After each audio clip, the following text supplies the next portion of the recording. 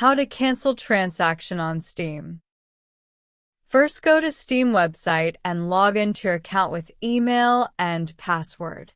Start by clicking on Steam at the top, then choose to open the settings. Go to the account settings, then click Account Details. You can also get here by clicking on your Steam profile in the top corner and selecting Account Details. Click on the View Purchase History text. It should be next to your wallet balance. Select the game that you want to cancel transaction. Select the I would like a refund option. Click on I'd like to request a refund.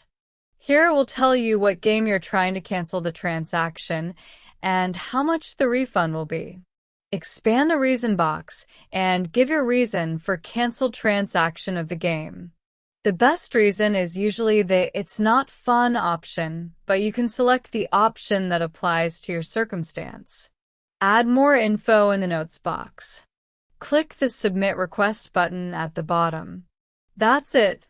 Thanks for watching.